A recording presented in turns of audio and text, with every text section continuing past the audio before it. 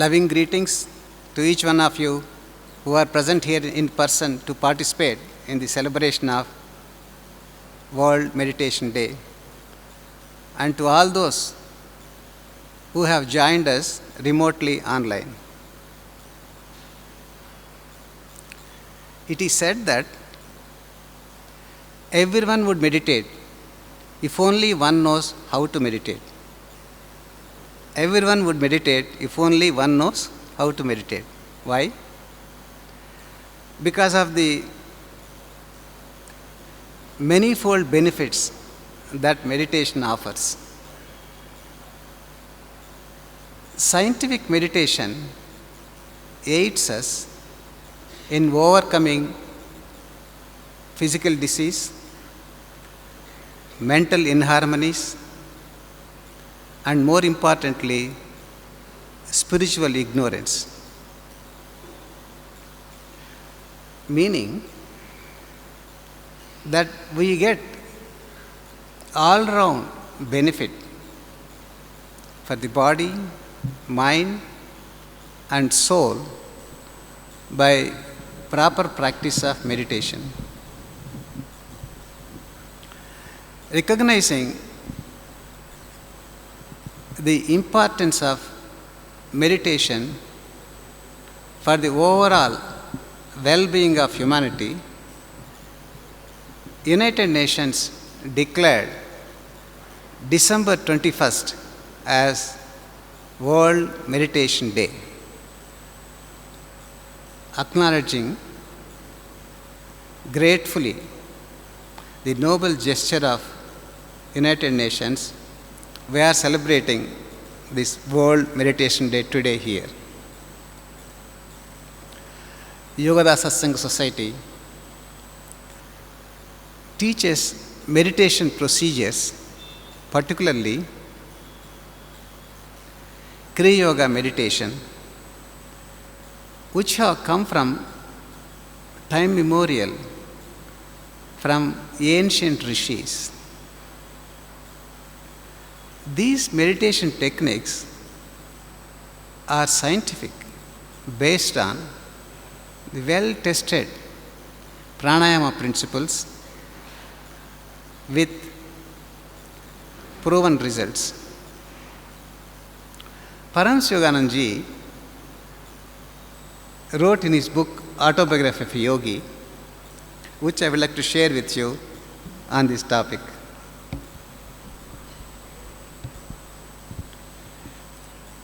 A yogi engages himself in a definite step-by-step procedure by which the body and mind are disciplined and the soul gradually liberated.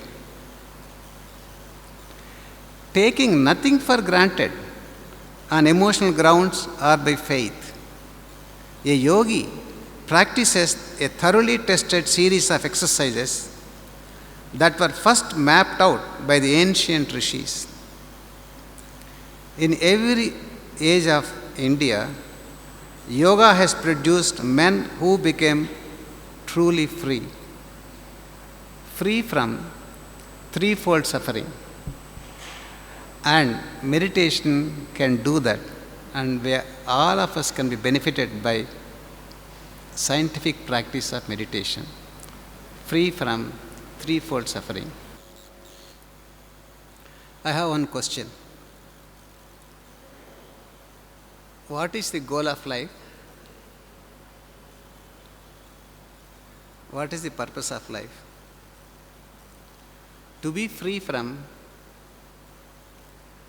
pain and suffering, and to live in perpetual joy. Can anyone deny this?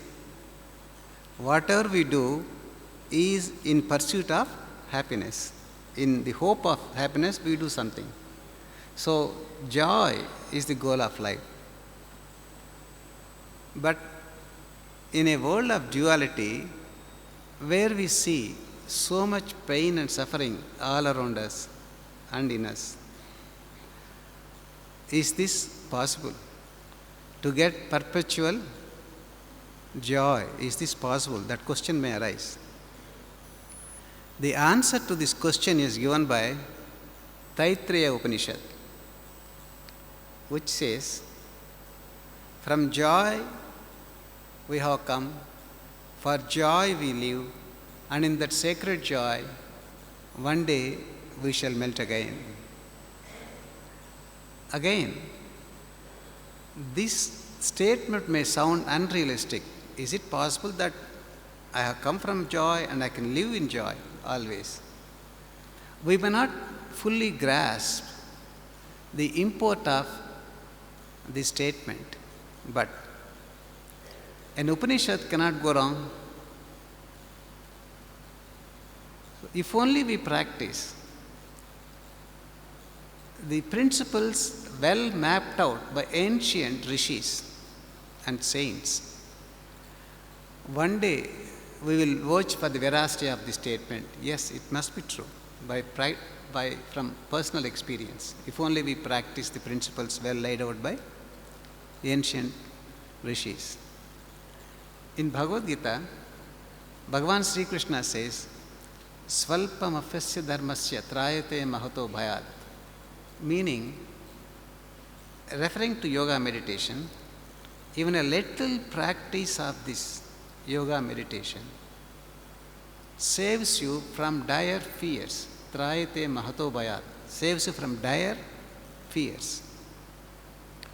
Bhagavan Sri Krishna did not assure us that if we practice yoga meditation, we will be free from troubles and challenges and tests and trials. No. But the fears that come out of these challenges, they can be conquered. It seems, as long as there is life, what is guaranteed in modern world is anxiety. Whether it's a boy of 10-year-old or a youth of 20, college-going student, or a 30-year-old housewife, a 40-year-old businessman, or even 70-year-old retired man, what next? What next? That seems to be so much a part of our life. What next? What's going to happen? That anxiety is so much inbuilt these days around our lives. That anxiety can be conquered by practice of meditation. Because the words of Bhagavan Sri Krishna cannot be taken lightly. Even if we don't understand now, one day we will appreciate that. As a result, we can be calmly active and actively calm. A prince of peace sitting on the throne of poise and directing our kingdom of activities. I mean, that's possible, as Paramahansa Yogananda said. We can be calmly active and actively calm. Let me share with you one story. One person had a lot of difficulties, many difficulties, mainly financial, and other difficulties that come out of financial issues. He tried and tried, somehow he couldn't get out of those difficulties. One night he had a dream. God appeared to him and advised, "Go to the outskirts of the town. There you would find a sadhu. Ask him, he would give a diamond, which will clear your financial difficulties." So next morning, before the sun came up, he rushed to the outskirts. There he found a sadhu under a tree. He rushed to him and asked, "Diamond, diamond, diamond." The sadhu could not understand, because sadhu did not have the dream. He had the dream. He asked, "What?" Then he explained, "God asked me to collect diamond from you." "Oh, now I understand. Last month when I was moving in forest, there I found one." He took diamond from his shoulder bag and gave it to him. That diamond was so huge, so rare, so precious, that would clear all his difficulties and the difficulties of his children and their children. It is so precious. So happy, he went home And that night he was tossing around on his bed. The next morning he rushed back to Sadhu and returned this diamond to him. Take it back. Why? Lord asked you to collect it. I gave it to you wholeheartedly. Why are you returning it? No. Why? Then he said, there is something in you by which you are able to give away this diamond so easily. I want that something. The logic he used is this: if you want to give 1,000 rupees to someone, you must be having more than 1,000. So there is something more precious and valuable in you. That's what I want. What is that? This sadhu had that inner security. Okay, it will be all right. That inner security, no anxiety. Otherwise, diamond is useful even for a sadhu. Financial security, health insurance, social status, whatnot. It's useful for him too. But he could part with it so easily because he had that inner security. That's what we're all looking for. We don't have always control over the circumstances around us, the challenges we face. But we should have control over our reactions. Calmly active and actively calm. I mean, that is possible with yoga, meditation. We can perform our actions from a platform of calmness. I will give another example. If you have fever, approach a doctor. Doctor gives usually paracetamol. If you take paracetamol, 8-hourly or 6-hourly, whatever it is, the temperature goes down. But is it all what a doctor normally gives? No. In addition to paracetamol, generally he gives antibiotic too. Because paracetamol gives only symptomatic relief, just reduces the temperature. But unless the bacteria that is inside, that is removed, the temperature may come again. So, the root cause of this temperature should be eradicated. That's why antibiotic also is given generally, depending on the situation.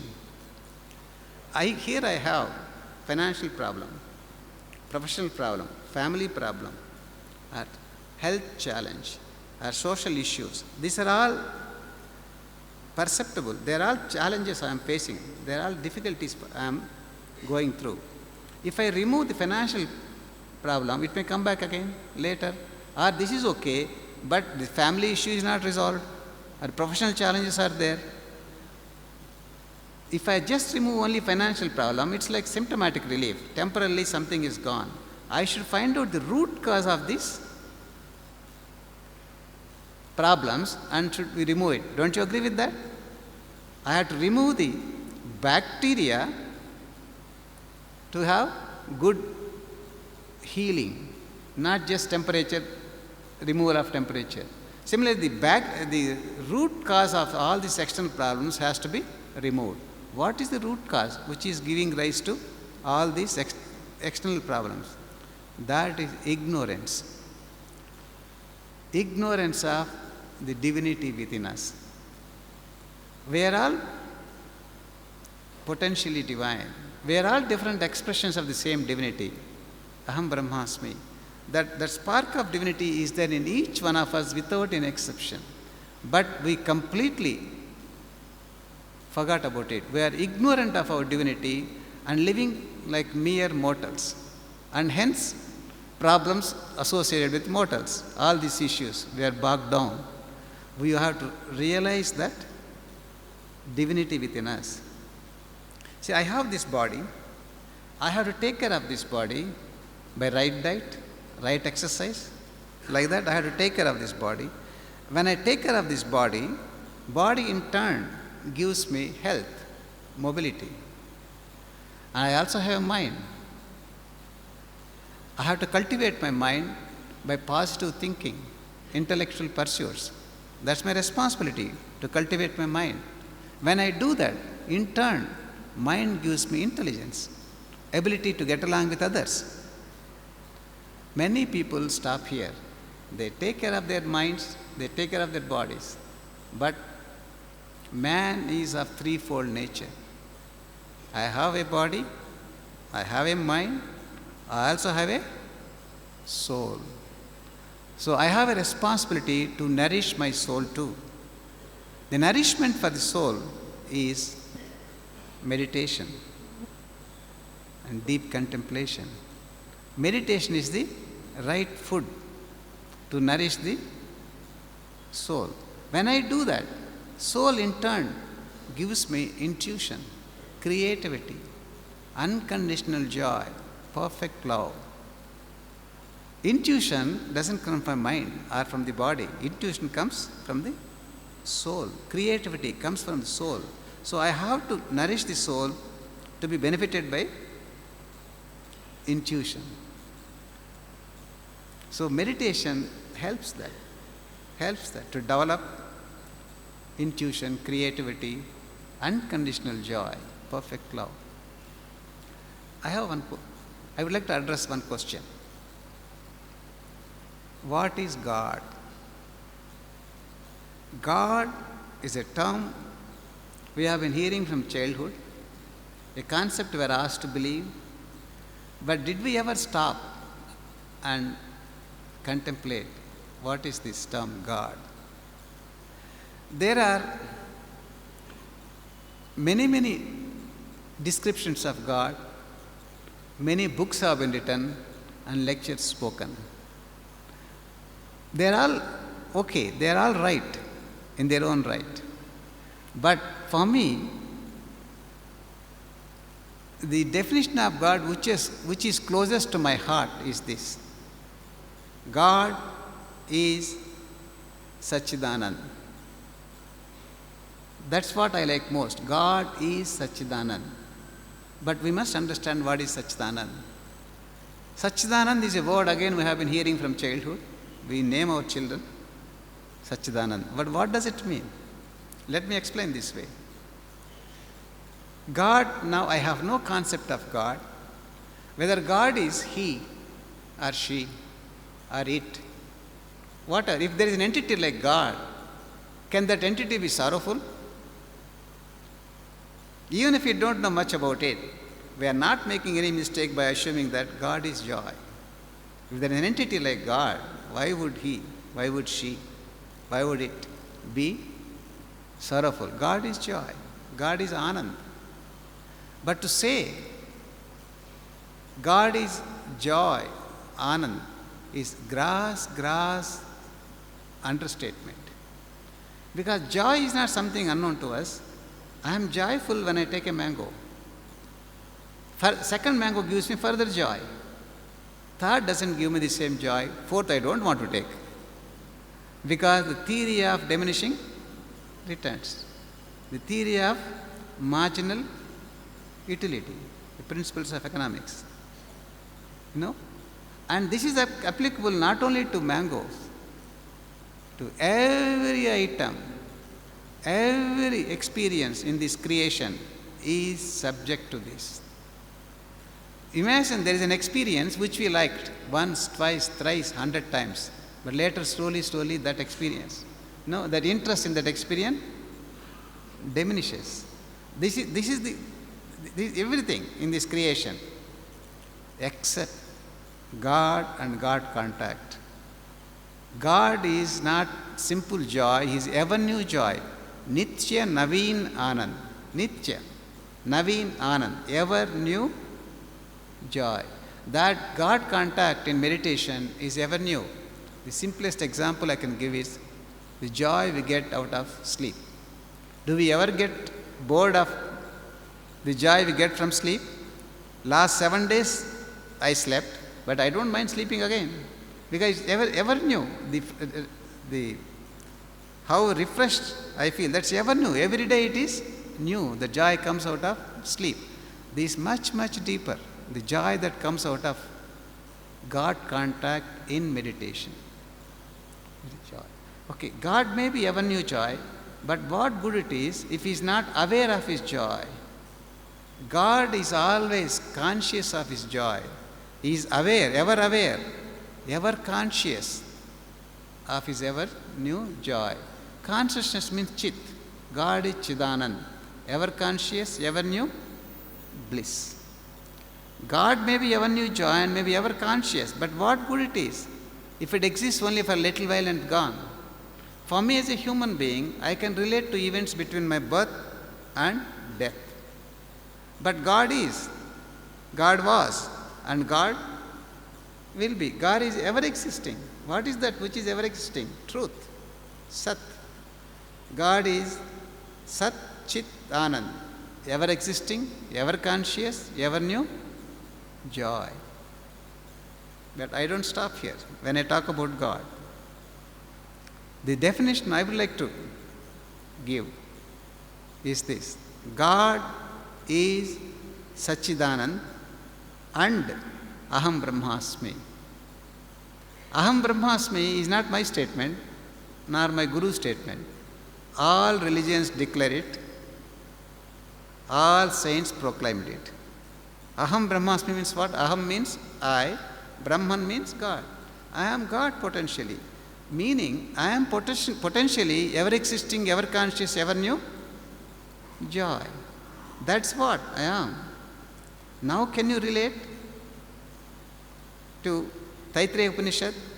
From joy I have come, for joy I live, in that sacred joy one day I shall meet again. Because that's the source. I am that. I am that. Aham Brahmasmi. That Brahman is Satchidanand. So that joy is very much part of me. Now, before I move further, I would like to take a few minutes to explain what is this joy. Because joy is not something unknown to us. No, we are familiar. Many times we are happy in life. But this joy that comes from meditation, in God contact, is so different. To explain that, I would like to say that this joy of meditation has three shades. It is physiological, psychological, and metaphysical, that is spiritual. It has three shades. Physiological in the sense that when I take a sweet or a mango, something happens here. Taste buds get excited. I feel happy automatically. No one needs to tell me that you took a mango, be happy. No, the very act of taking mango makes me joyful.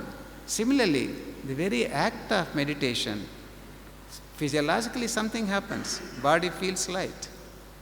And I am joyful. Because the very act, no one needs to tell that you meditated, be happy. No, there is something physiologically, something to some degree at least. I feel that joy. And it's psychological. See, for me to be happy, I don't have to necessarily take a mango. I am sitting here, I hear some good news. Something happened to my family. Something happened to my company. Something happened to my country. Something happened, some good news, something. Immediately I feel psychologically elated. I'm joyful. Similarly, when we meditate, nothing may happen physiologically, but there is some kind of inner assurance, all right. You may have a difficulty, some challenge is there. Not that you found a solution to that, but still there is some inner, that assurance, okay, it will be all right. We'll do something. Like that. That psychologically also we feel joyful after meditation.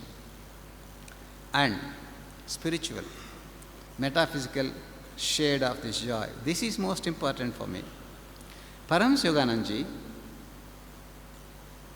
said that when bliss comes over you, you recognize it as a conscious, intelligent, universal being to whom you may appeal, and not as an abstract mental concept.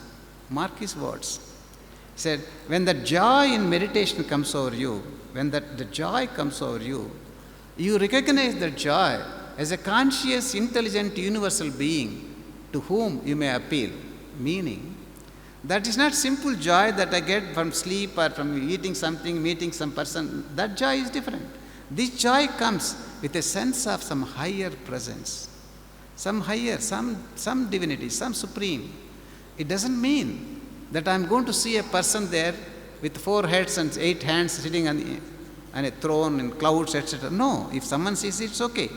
But that's not necessarily going to happen. Without seeing anything, without having any vision, without hearing any sound, you get that joy with a sense of some higher presence, some divinity, some higher presence is there. And that is most important for me. Some higher presence.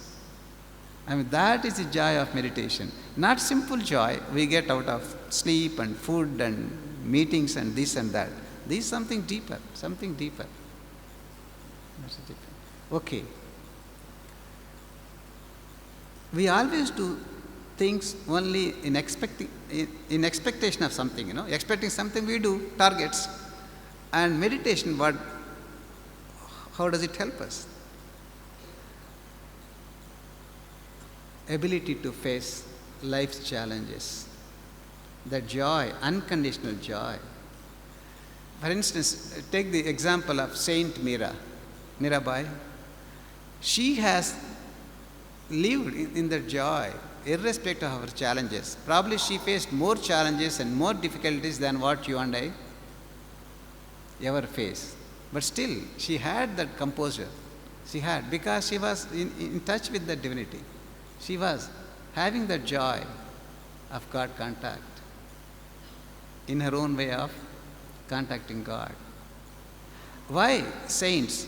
Even I will give some contemporary, normal examples.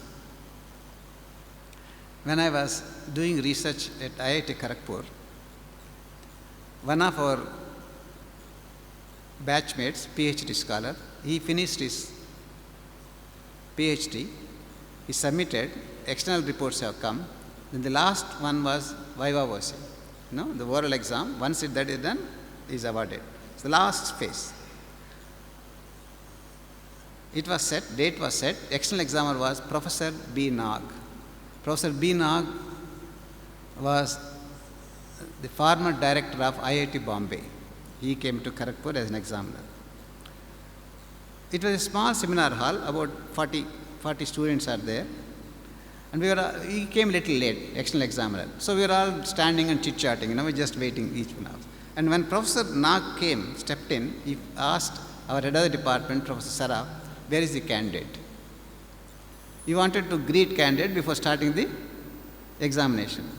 And Professor Saraf introduced, here is the candidate. And as soon as Professor Nag, the external examiner, saw the candidate, he just went back like this. You are so relaxed, as if the exam is already over. This is the external examiner's comment. You are so relaxed, as if exam is already over. Otherwise, exam means what? Tup, tup, tup, tup. Heart must be beating, Whether the exam of a 10th class boy or a college student or in office, when we have to present something to our higher ups, some reports, what to do, how I can convince, how can I present. That anxiety is there so much. That's what he expected. But Professor B. Nag, a man of that stature, he said, you appear so relaxed as if exam is already over. And that candidate was meditating, practicing Kriya for about 1 year.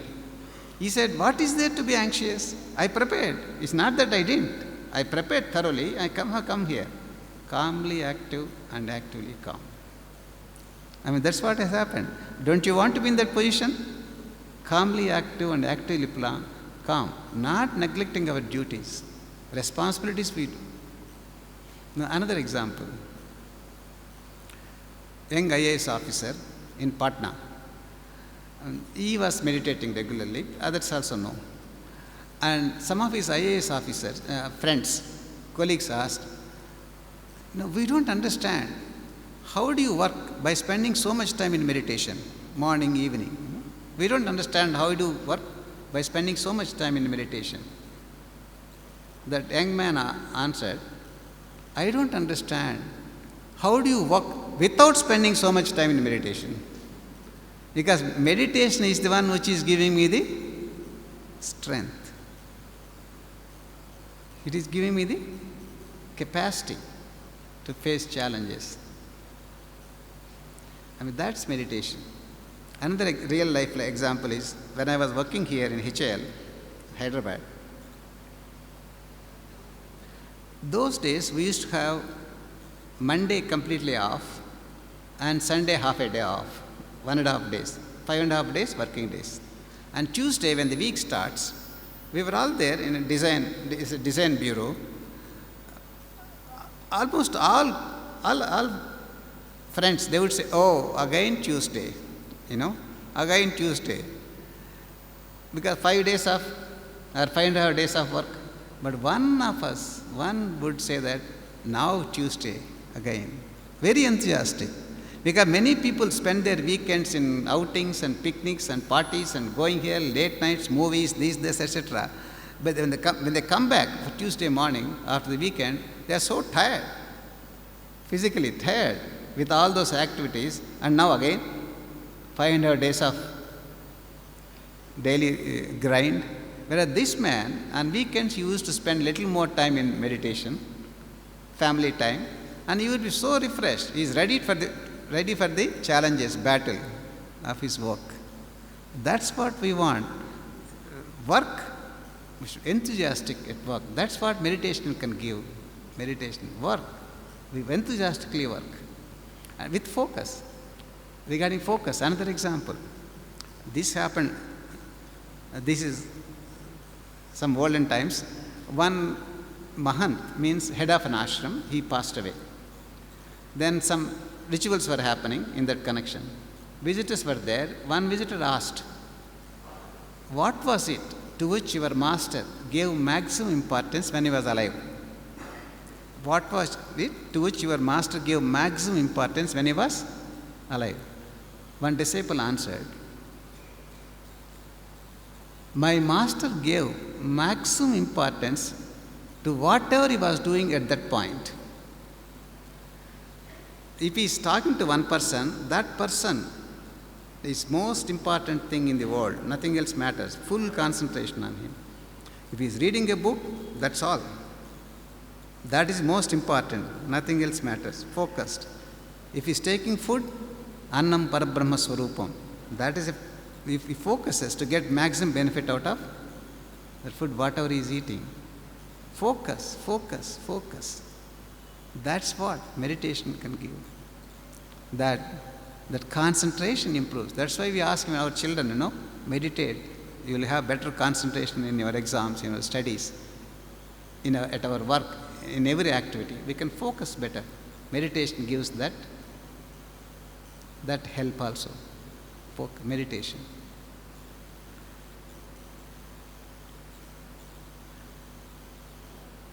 Decisions. We keep on taking decisions in life. Some minor, some major. Decisions we take. How do we take decisions? Normally, our decisions are guided by our past experience, our likes, our dislikes. That's how we take decisions, Our likes and dislikes guide us. Our experience guides us. But our likes and dislikes, even past experience, may not lead to a right decision. Result may not be. If decision is based on intuition, where intuition can see, it can project, then that's right. Decision should be based on intuition rather than our likes and dislikes, our little previous experience. And in the stillness born of meditation, intuition blossoms.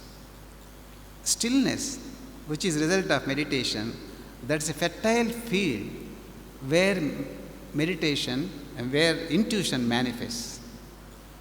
So we are equipped with better abilities to take decisions also. Intuition develops. Okay. Now we are talking about joy, because that's where we started. The goal of life is to have that perpetual joy. Where do we get that? Where do we get that joy? Where? Okay. For this, I would like to give a short example. Grandmother was doing some embroidery. When she was doing, by mistake, the needle got dropped. Needle dropped. And she was searching for the needle. It was so thin, there wasn't enough light, she couldn't find the needle. Someone asked, "What are you doing?" "I am searching for the needle." "You have to search in light."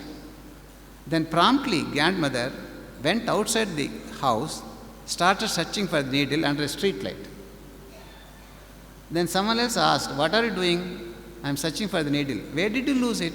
"Inside." "Then why are you searching outside? There is no light inside." "So I am searching under the light, as advised." She completely got it wrong. Bring the light inside and search. And now tell me, where did we lose our joy? Inside. Satchidanand, that inside is ever new joy is here. Where are we searching? Out there, in that achievement, in that position, in that position, in that, out there, always. It doesn't mean that we should not find happiness in all these achievements and positions and possessions. We should. That is fine. But we can't put all our hopes only there. This is also important. Find that happiness inside. Find that happiness. Here is meditation, which helps. Meditation takes us inside. Meditation takes us inside. Antarmukhi, interiorized state. Just a few thoughts about meditation. One person approached a saint and put a question. "I am very busy in life, I am very active, I don't have much time. Please tell me what is God in just one sentence. I don't have time for your lectures. Tell me what is God in one sentence." The saint replied, "Why one sentence? One word will do." "Oh, what is it?" "Silence." "But God is silence." "Yes, silence." "What is silence?" "Meditation." "How do you meditate?" "In silence." "How do you get that silence?" "By meditation." Now here the three words, God, silence, meditation, they are used as if they refer to the same thing, which is true. In a higher sense, the silence which the saint is talking about is not the mere silence of vocal cords. Vocal cords have to be silent. Thoughts have to be silent. Anxieties have to be silent. Emotions have to be silent. Eyes have to be silent. Ears have to be silent. All senses have to be silent. That is the silence he is talking about. For me, personally, a better word is stillness. Nischal. Stillness. Stillness. Now imagine that stillness where you don't have any thoughts, no emotions, no anxieties, no sensations coming from ear or eyes or nose or something, skin, no sensations at all, no thoughts, no emotions, nothing. Then where are you? Aham Brahmasmi. You are inside. We are with God, joyful. I am not saying something imaginary. The closest experience we have is sleep. In sleep, I don't hear anything. Even a mosquito lands on my toe, I may not even realize it. Because temporarily, that sensation is not there. Sensation of hearing and seeing and nose, the sensations are not there. I am there. That's why I feel so refreshed. I don't have any disturbance from outside world. But unfortunately, in sleep, mind is not in control. So we can't use that freedom from sensations on something higher. Although it gives some benefit, sleep. Sometimes meditation is loosely called as conscious sleep. We have rest like we get in sleep, but at the same time, mind is active, consciousness is alive. So conscious sleep. That consciousness gives us an experience of that divinity within. That's meditation. No, on one side we say that there is divinity within us. God's reflection is within us. We are made in the image of God. If God's image is in me, why can't I see? The classical example given in spiritual literature is this. If you want to see the reflection of moon on a lake, the lake has to be still. If it is ruffled, you can't see the reflection properly. So similarly, the lake of my mind, the lake of my consciousness, usually ruffled. When they become still, then that stillness comes through practice of meditation. Meditation takes us inside. Senses are cut off, or at least they are subdued. Then external information doesn't come.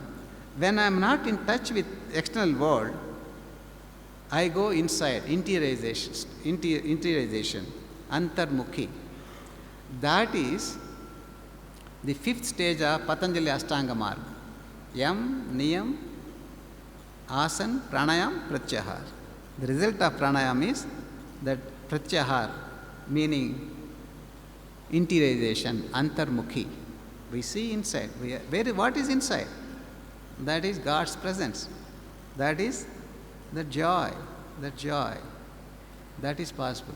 So it is said that it is not in doing, in being, we experience divinity within. It's not in action, but in awareness, we perceive the joy within. And for this, meditation is the tool. Meditation is the one which takes us slowly inside by subduing the senses. That is, scientifically it is done. And Paramahansa Yogananda Giri, his organization, there's Yoga Satsang Society, we teach 3 meditation techniques. One is Hangsa technique. Second one is Om technique of meditation. Third one is Kriya Yoga. All these techniques, Yoga devotees practice in the morning as well as in the evening. Hangsa technique improves our concentration. It's a very simple technique, improves our concentration, and not just concentration, it gives an experience of that peace within. That experience of peace within is the first proof of God's existence within us as joy. Now that's the beauty of that simple technique, Hangsa, peace within. Then we practice Om technique. Here we try to contact the divinity in one of its manifestations, sound vibration, Omkar, Nada Brahma. Now we contact.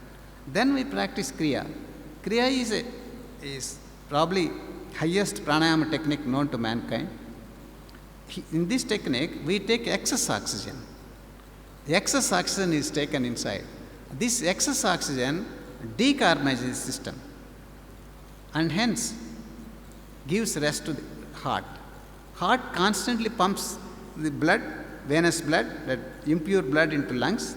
Lungs clean the blood by taking oxygen through the nose, and purified blood is pumped back to body parts through pumped by heart. That has to happen as long as I have impure blood. Impurities are there in the blood. This excess oxygen I take in Kriya Yoga, that directly decarbonizes the system, removes the carbon, impurities. And to that extent, heart takes rest. Okay, it doesn't have so much bad blood to pump. Lungs take rest.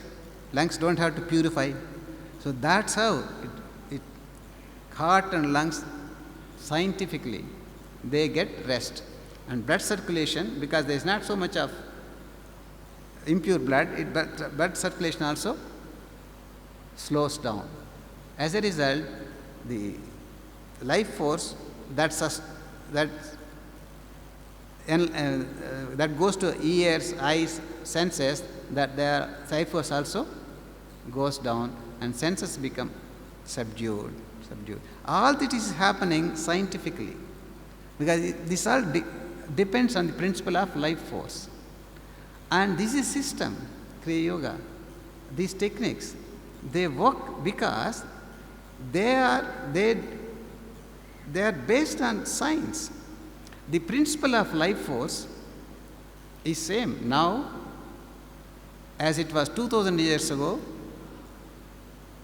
or 3000 years ago when Bhagavan Sri Krishna gave these techniques to Arjuna, later known to Jesus Christ, or later known to Adi Shankaracharya, or to all saints, principle of life force has not changed. Our understanding improved of the life force. So it is scientific. Life force principle is scientific. That's like 3 plus 4 equals to 7 for Indians, Americans, Hindus, Muslims, Gujaratis or Bengalis, man or woman. It's 3 plus 4 equals to 7.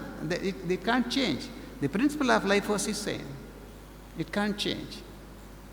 It doesn't change. That's why if it worked at that time to Patanjali, it must work now for me. I mean, these principles are coming from there, time immemorial, coming. They are the meditation techniques. Like you saw in the slideshow, these techniques, well, some of these techniques like Kriya Yoga were lost in dark ages when human beings were not intelligent enough to understand, they're not enough interest to practice. Then it got lost. Revived by Mahavatar Babaji in 1861 and gave it to Lahiri Mahashya. Then it came to Yukteswarji, then Gurudev, and to us. So these are the ancient techniques, ancient things that are coming. And Yoga Satsanga Society distributes knowledge of these meditation techniques to anyone who is interested. And Yoganandaji gave these techniques in written form. They are compiled as lessons. We call them Yoga Satsanga lessons. And these lessons give various meditation techniques. All these techniques, they are explained in these lessons. Anyone who is interested, if they enroll for the lessons, 2 lessons are sent every month. And these lessons contain the information about meditation, how to meditate. How to meditate means very simple. Even how to sit, step-by-step procedure, how to sit, where to put the hands, gaze, and spine, position of the spine, and what to do with the mind. Step by step, everything is explained in writing. So even if there is a question, even if you don't understand, the very first time you can go back to lesson and verify. And if you have any questions, you can always contact us in our ashrams. We also clarify through email or through telephone call or whenever we come outside or when you come to our ashrams. So it's all written. There cannot be any ambiguity. Thoroughly explain these things. And that is one aspect. The contents include not only meditation techniques, but many other principles that are required for the harmonious development of body, mind and soul. For instance, the topics like how to improve memory, that's here. Dynamic willpower, the power of initiative, they are here. And health principles and guidance on food, how to get along with others. All these things are required here. All these things are explained here. And of course, metaphysical topics like you and your creator, the relationship between you and the creator, that is here.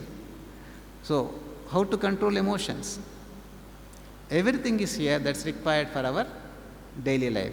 These are valuable lessons. Anyone interested, you are free to subscribe. And these lessons are now available in India in 4 languages: English, Hindi, Tamil and Telugu. As of now, these 4 languages, other languages are getting ready. Of course, all over the world, many languages are there. Like this book, Paramahansa Yogananda's book, Autobiography, is available in more than 50 languages, including 14 Indian languages. These lessons also are available in many languages. So this is the contribution of Paramahansa Yogananda to humanity. Meditation for all-round development. It aids, as I mentioned in the beginning, in overcoming physical disease, mental inharmonies, and more importantly, spiritual ignorance. It helps us in many ways. And we must be grateful that United Nations recognized the importance of meditation and declared December 21st as World Meditation Day. That,